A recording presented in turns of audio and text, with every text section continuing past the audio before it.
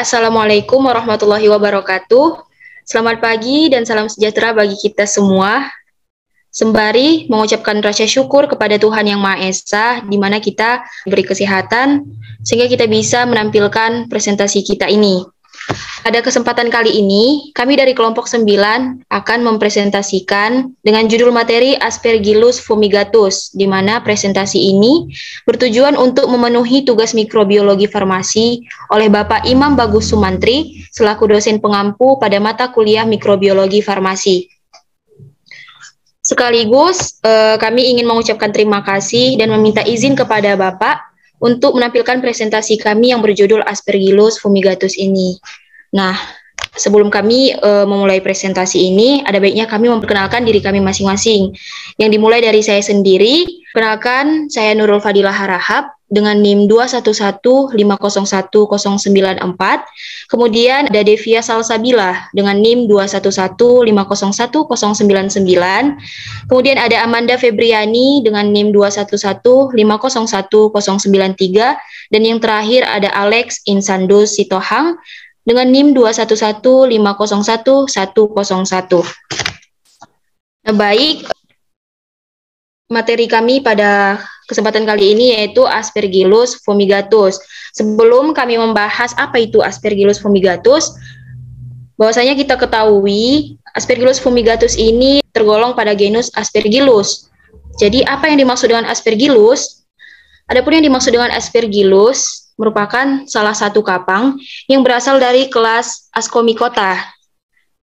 Kemudian dapat dikenali dengan adanya struktur konidia yang berbentuk oval, semi bulat, ataupun berbentuk bulat. Kemudian konidianya ini melekat pada vialit, dan vialit melekat pada bagian ujung konidiofor yang mengalami pembekakan atau disebut dengan vesicle. Spesies Aspergillus ini tumbuh sangat cepat, menghasilkan hifa aerial yang memperlihatkan ciri khas struktur konidia. Conidiafora panjang dengan vesikel di terminal dan tempat vialitnya menghasilkan rantai-rantai basipetal konidia. Spesies ini diidentifikasi menurut perbedaan morfologi dalam strukturnya termasuk ukuran, bentuk tekstur, bahkan warna konidia. Aspergillus ini merupakan spesies yang telah menyebar luas karena spora jamur yang mudah disebarkan oleh angin. Aspergillus juga merupakan jamur yang mampu hidup pada medium dengan derajat keasaman dan kandungan gula yang tinggi. Aspergillus ini ada yang bersifat parasit, ada juga yang bersifat dengan saprofit. Yang bersifat parasit ini menyebabkan penyakit aspergillosis. Nah, aspergillosis ini sering ditemukan pada bahan pakan yang disimpan di dalam gudang dengan kelembapan yang tinggi. Dan tak lupa juga, Aspergillus ini juga dianggap sebagai patogen karena dapat menyebabkan suatu penyakit saluran pernafasan, radang granulomatosis pada selaput lendir, mata, telinga, kulit, meningen, bronkus, bahkan paru-paru. Aspergillus ini merupakan mikroorganisme eukariot. Saat ini diakui sebagai salah satu di antara beberapa makhluk hidup yang memiliki daerah penyebaran paling luas serta berlimpah di alam. Nah, Aspergillus ini adalah genus besar jamur anamorfik. Kemudian dibagi menjadi 18 kelompok dan Aspergillus fumigatus termasuk di dalamnya. Oke, next. Baik, kita langsung masuk ke tema pokok kita yaitu Aspergillus fumigatus.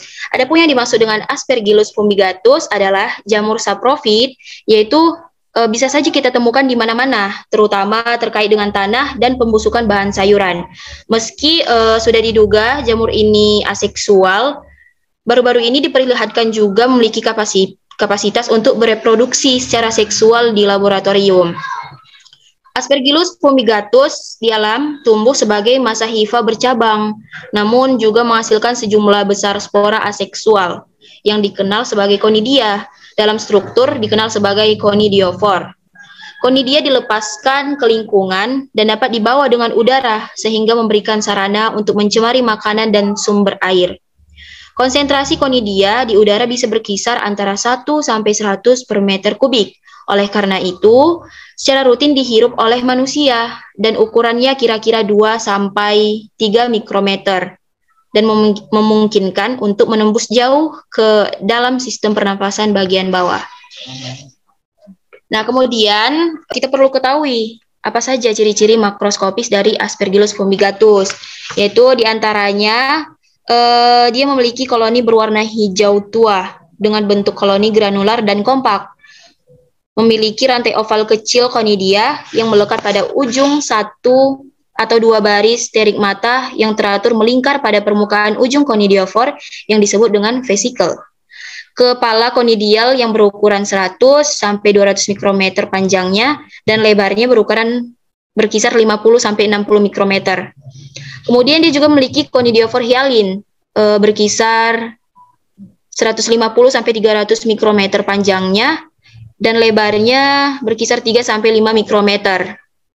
Kemudian dia juga memiliki vesikel berbentuk bulat seperti telur sampai berbentuk seperti labu yang berdiameter 15 sampai 25 mikrometer. Kemudian memiliki sterigmata uniseriate dan yang terakhir konidianya berbentuk globose.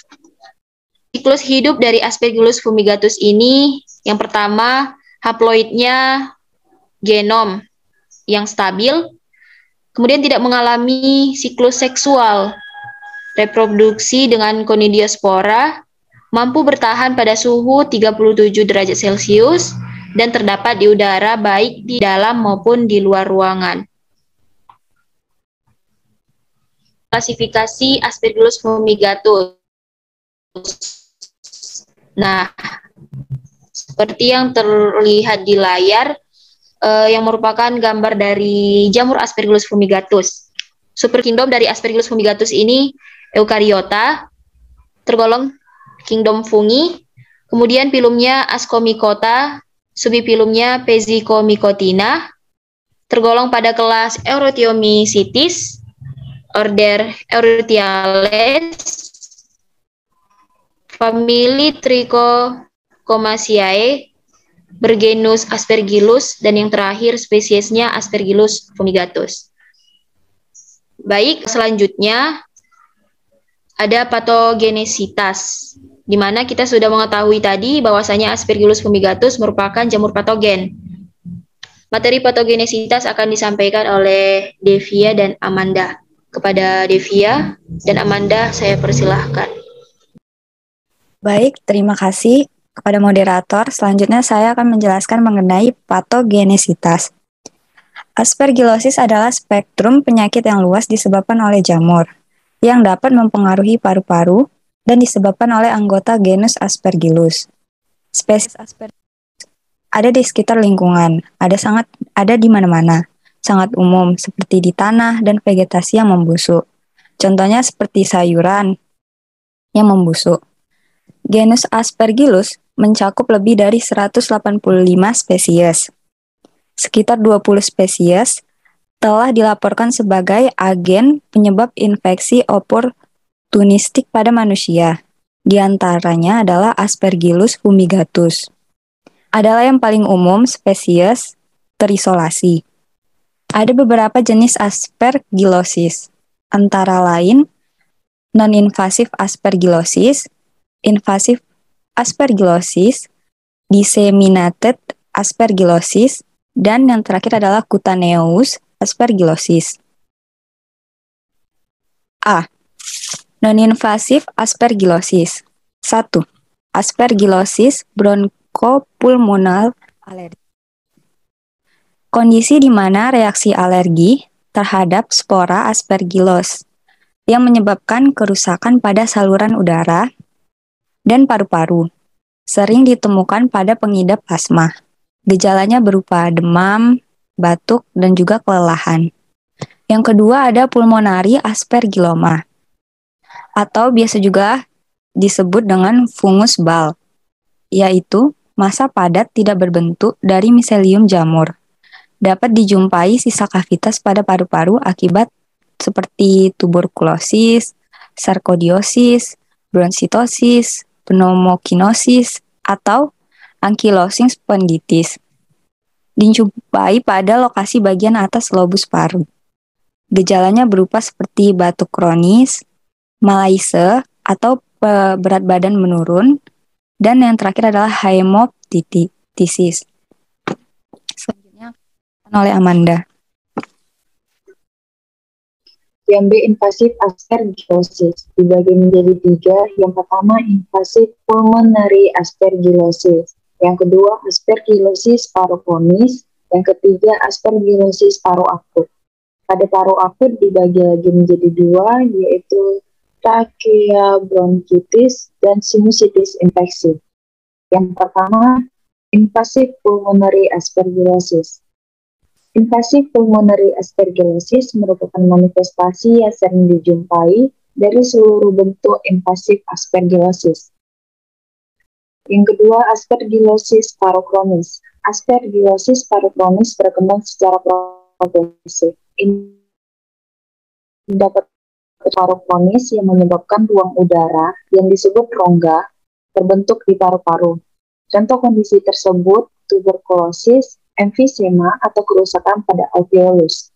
Aspergillosis paru kronis dapat bermanifestasi dalam beberapa cara, yang dapat meliputi bintik-bintik kecil infeksi aspergillus di paru-paru yang disebut nodul, bola jamur kusut di dalam rongga paru yang disebut aspergilloma, atau kadang-kadang dapat menyebabkan komplikasi seperti pendarahan di paru-paru.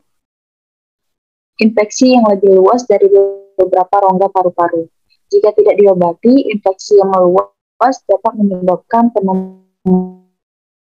penebalan dan jaringan parut pada jaringan paru-paru yang dapat menyebabkan hilangnya fungsi paru-paru. Orang dengan aspergillosis paru kronis dapat mengalami gejala berikut: demam, batuk, yang mungkin termasuk batuk berdarah atau hemoptysis, sesak napas, perasaan lelah, ketidaknyamanan, penurunan berat badan, keringat malam.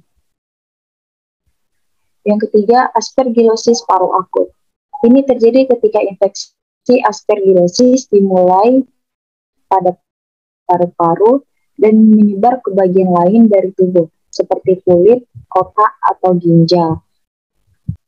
Gejalanya meliputi demam, batuk yang bisa termasuk batuk berdarah, sesak napas, nyeri dada, terutama saat menarik napas dalam-dalam. Pada aspergillosis paru akut terdapat tracheobronchitis. Sering dijumpai pada pasien AIDS dan pasien penerima transplantasi paru. Gambaran klinis yang sering dijumpai yaitu dyspnea atau sesak napas, wheezing atau whining, di mana suara yang dihasilkan ketika udara mengalir melalui saluran napas yang menyempit. Tetapi pada beberapa pasien dapat disertai batuk dan demam. Yang kedua, itu juga terdapat sinusitis infeksi. Gambaran klinisnya berupa demam, batuk, epistasis, adanya discharge pada sinus, dan sakit kepala. Sering penyakit ini meluas ke daerah berdekatan seperti palatum atau langit-langit mulut, orbita, dan otak. Saya kembalikan kepada Devi ya.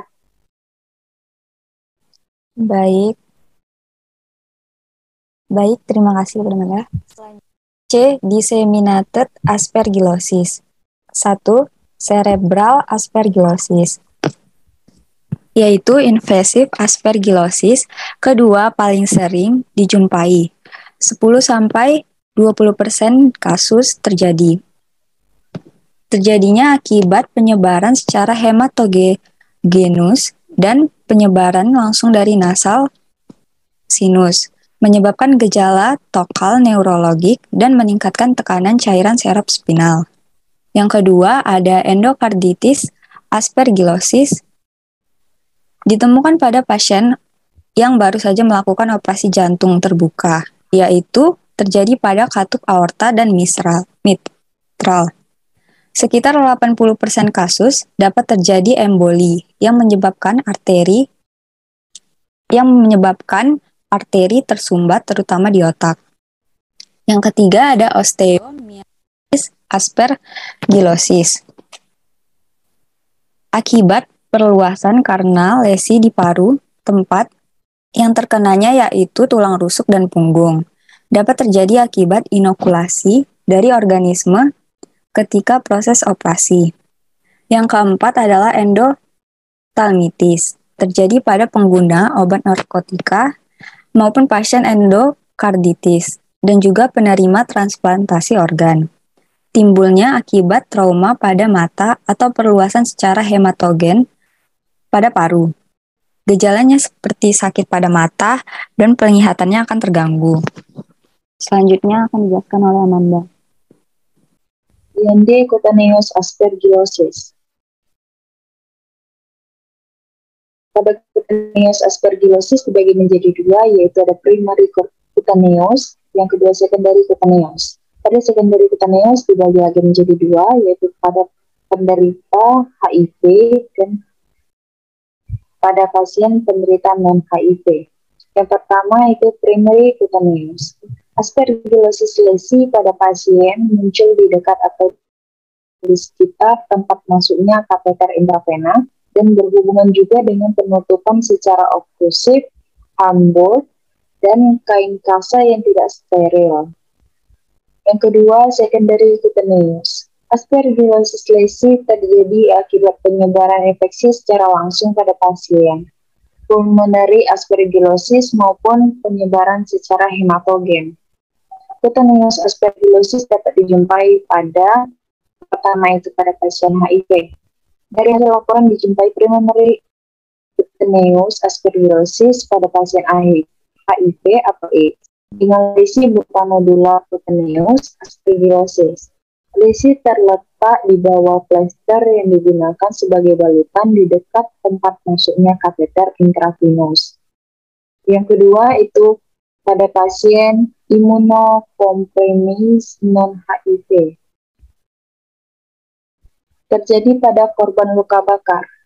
Cutaneous aspergillosis selalu melibatkan pasien dengan luka bakar yang meluas, 50-60% dari seluruh area permukaan tubuh. Kulit yang mengalami luka bakar merupakan tempat masuknya organisme Aspergillus. Yang kedua itu pada neonatus. Semua kasus diakibatkan oleh kerusakan fungsi barrier kulit akibat pemakaian tab adhesif yang berhubungan dengan chest-up, penekanan di bawah sensor pulse oximetry, dan posisi supine dalam waktu yang lama. Lesi cutaneous aspergillosis pada neonatus berupa papul, nodul, pustul, dan ulcus. Yang ketiga, pasien kanker. Cutaneous aspergillosis dapat dijumpai lebih dari 50 pasien kanker, dan kebanyakan pasien menderita leukemia, tetapi dapat juga dijumpai pada pasien aplastik anemia, astrocytoma, chronic granulomatous disease, dan pasien agranulositosis. Yang keempat itu penerima transplantasi sumsum tulang belakang, di mana biasanya dijumpai lesi kulit yang multiple. Yang kelima, penerima organ transplantasi. Biasanya terjadi akibat plaster ataupun tempat masuknya kateter intravena. Baik, saya kembalikan kepada moderator. Oke, baik. Setelah kita mengetahui penyakit-penyakit yang disebabkan oleh Aspergillus fumigatus, selanjutnya kita harus mengetahui siapa yang paling beresiko dan bagaimana cara pengobatan sekaligus pencegahannya, yang akan disampaikan oleh teman kita Alex. Kepada Alex, saya persilahkan. Terima kasih. Orang yang paling beresiko terkena penyakit Aspergillus fumigatus adalah orang yang memiliki sistem kekebalan yang lemah, yang dapat mencakup penggunaan obat imunosupresif, penderita kanker darah tertentu yang berada di tahap akhir AIDS, memiliki kondisi paru-paru seperti asma, memiliki jumlah sel darah putih yang rendah, yang dapat terjadi jika menjalani kemoterapi, menderita leukemia, telah menjalani transplantasi organ, menjalani terapi kortikosteroid jangka panjang, atau sedang pulih dari infeksi influenza.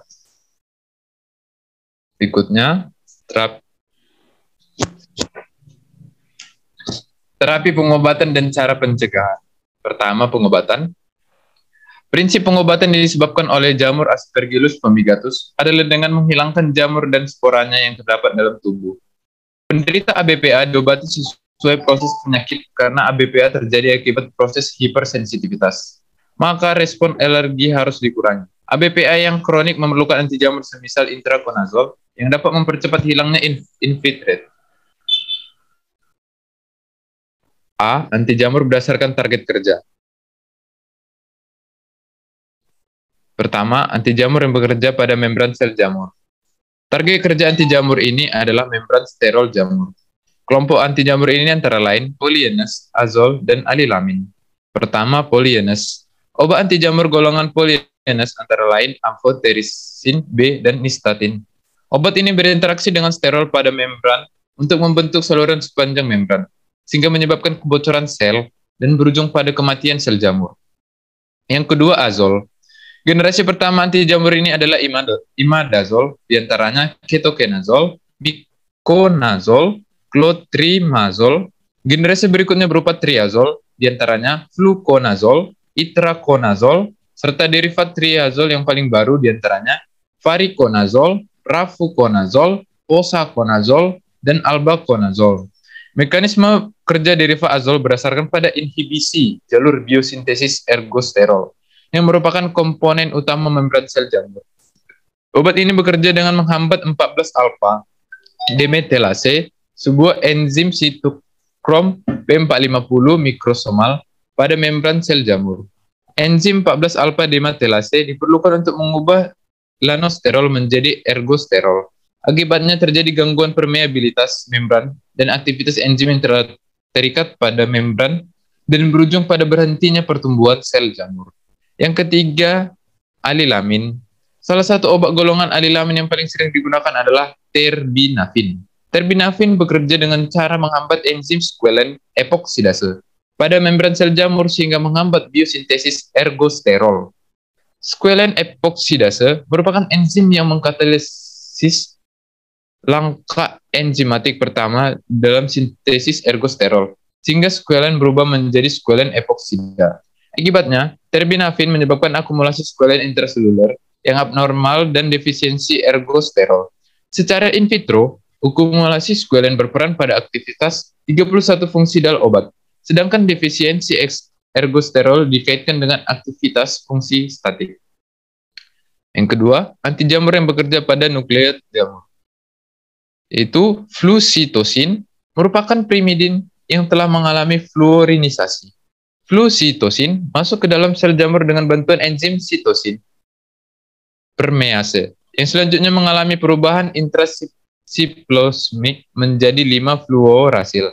Tahap selanjutnya 5-fluorosil diubah menjadi dua bentuk aktif, yaitu fluoridin trifosfat yang menghambat sintesis RNA dan fluorodeoxyridine monoposfat yang menghambat timidalit sintes dan akhirnya menghambat pembentukan deoksitimidiline trifosfat yang diperlukan untuk sintesis DNA. Yang ketiga, anti jamur yang bekerja pada dinding sel jamur. Dinding sel jamur mengandung monoprotein, kitin serta alfa, dan beta-glucans yang berperan penting sebagai proteksi, menjaga morfologi sel dan rigiditas sel, metabolisme, pertukaran ion dan filtrasi, ekspresi antigenik, interaksi primer dan penjamu, dan pertahanan terhadap fungsi sistem imunitas seluler penjamu. Komposisi ini tidak selalu ditemukan pada organisme yang lain, namun memberikan beberapa keuntungan selektif dan toksik dibanding dengan mekanisme kerja obat-obat anti jamur lain. Contoh obat golongan ini adalah echinocandins yang bekerja dengan menghambat sintesis beta-glukan dinding sel jamur. Produk echinocandins yang telah disetujui penggunaannya yaitu caspofungin dan micafungin dan anidulofungin. Yaitu B. Anti jamur variconazol. Variconazol adalah analog fluconazol yang dimetilasi dengan peningkatan aktivitas melawan ragi serta cetakan oportunistik yang penting termasuk aspergillus dan fusarium. Seperti fluconazol, voriconazol diserap dengan baik secara oral, memiliki ikatan protein terbatas dan mendistribusikan secara luas ke seluruh tubuh termasuk CSF. Seperti itraconazol, voriconazol intraven diformulasikan dalam larutan siklodextran dan memiliki farmakokinetik non-linear pada orang dewasa. Voriconazol di metabolisme menjadi metabolit tidak aktif melalui hati. Voriconazol merupakan agen anti jamur triazol spektrum luas, menghambat enzim dependen 14-alfa sterol stikorom P450 sehingga mengganggu membran jamur dan menghentikan pertumbuhan jamur. Obat ini menunjukkan aktivitas in vitro sangat baik melawan Aspergillus sp. Fluconazole merupakan triazol generasi kedua, dikembangkan melalui manipulasi kimia yang sistematis dari fluconazole untuk menghasilkan senyawa dengan aktivitas spektrum. Fluconazole dianjurkan untuk pengobatan utama pada kebanyakan pasien Aspergillus invasif. Yang kedua, cara pencegahan. Udara ruangan yang disaring, high efisiensi partikular, menurunkan efisiensi Aspergillus invasif pada penderita yang dirawat di rumah sakit, terutama pada penderita dengan neutropenia. Kedua, orang-orang dengan faktor predisposisi sebaiknya menghindari lingkungan di mana Aspergillus fumigatus ditemukan. Terima kasih, dikembalikan kepada moderator. Terima kasih, Alex. Nah, jadi begitulah penjelasan dari Aspergillus fumigatus, di mana kita tadi sudah mengetahui mulai dari struktur, klasifikasi, patogenesitas, bahkan sampai dengan cara pengobatan dan cara pencegahannya. Nah, sebelumnya kami akan bacakan kesimpulan dari presentasi kami pada kesempatan kali ini, yaitu kita harus mengetahui ciri-ciri makroskopis dari Aspergillus fumigatus, yaitu memiliki koloni berwarna hijau tua dengan bentuk koloni granular dan kompak. Kemudian memiliki rantai kecil konidia yang meledak ujung satu atau dua baris sterigmata yang teratur melingkar pada permukaan ujung conidiofor yang disebut dengan vesicle. Nah, kemudian ada yang paling berisiko terkena penyakit Aspergillus fumigatus ini, antara lain yaitu orang-orang yang memiliki sistem kekebalan yang lemah, yang dapat mencakup penggunaan obat imunosupresif, penderita kanker darah tertentu, yang berada di tahap akhir AIDS, memiliki kondisi paru-paru seperti asma atau cystic fibrosis, yang memiliki jumlah sel darah putih yang rendah, yang dapat terjadi jika menjalani kemoterapi, menderita leukemia, telah menjalani transplantasi organ, menjalani terapi kortikosteroid jangka panjang, dan yang terakhir yang sedang pulih dari infeksi influenza. Nah, kemudian adapun prinsip pengobatan yang disebabkan oleh jamur Aspergillus fumigatus adalah dengan cara menghilangkan sporanya yang terdapat dalam tubuh menggunakan obat anti jamur. Baik, jadi sekianlah presentasi kami pada kesempatan kali ini.